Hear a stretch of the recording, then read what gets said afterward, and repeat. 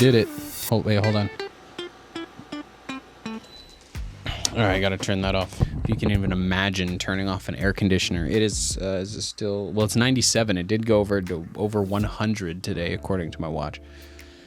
We're moved back in. We were staying at in-laws for last, I think, 4 days total. We moved in on Friday, so yeah, pretty much 4 full days.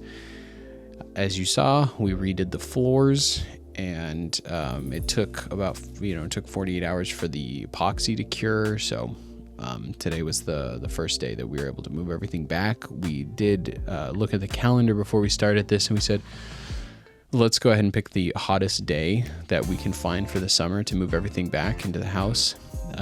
So that's why we did it today. Yeah, it's just hard because we have my mom's china hutch, which is just full of glasses, like glassware.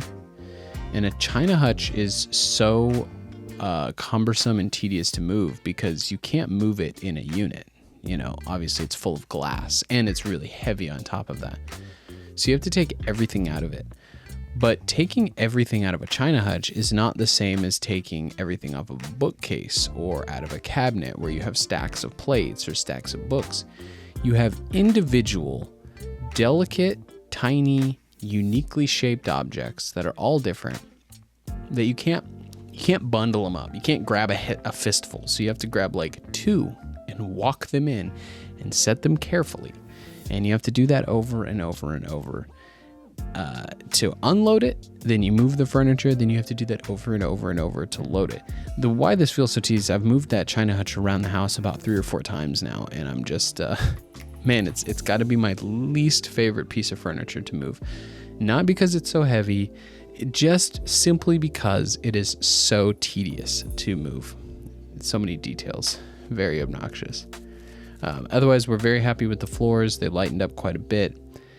Which was kind of the goal. They just were, there's like weird dark spots and they're a little gunky, and we had pulled up a rug and realized that the floors need a little TLC.